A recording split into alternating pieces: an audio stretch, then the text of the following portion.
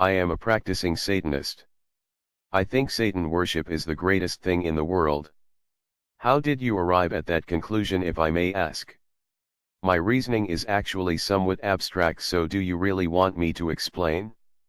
I have a background in theology, so I would be interested in hearing your arguments. Please proceed.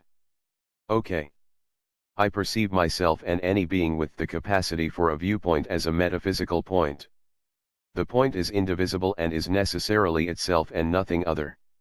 Therefore, it cannot accept the existence of an external deity whose will is more important or real in the cosmic structure or ontology. But isn't that just self-absorption? No. The point must reach out to other points in order to fulfill itself and gain experience. Does it matter how the so-called point treats other points or selves? Every interaction must be consensual and work toward fulfillment of mutual objectives, or it is considered wrong in the ethics of Satanism. So your version of Satanism views the world as a set of isolated selves intersecting with each other in voluntary ways. That's the basic idea. I can do whatever I want as long as it is really my will and no God can intervene. But then in that case, aren't you just falling prey to polarization? What is polarization and why is it bad? Polarization involves sharply contrasting two things which are seen as contrary or mutually exclusive. When one sees opposition, there is a need for constant fighting to distance oneself from one side of the continuum. Arguably, it is not possible because opposites are mutually interdependent. It could also be a source of stress and strain. You should treat yourself well and treat others as yourself. What you are saying seems unclear and fuzzy. Think of it this way. Would you prefer to go through life always fighting with someone or something and trying to prove how right you are, or would you rather be at peace and live easily? Trouble may be the price of freedom. How is it freedom if your inner self feels disrupted and strained? War is hell, as they say.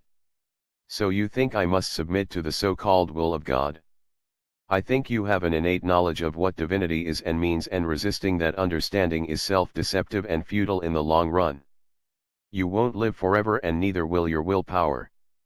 But what happens if I just go ahead and live as a Satanist? I think it may be like the fate of Dracula.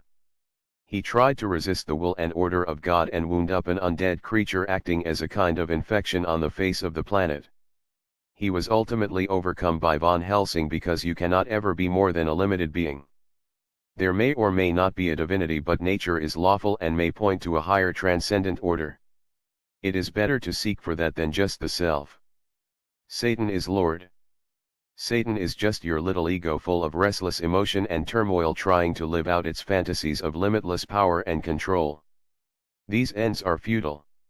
Is technology satanic? It is all about power and control.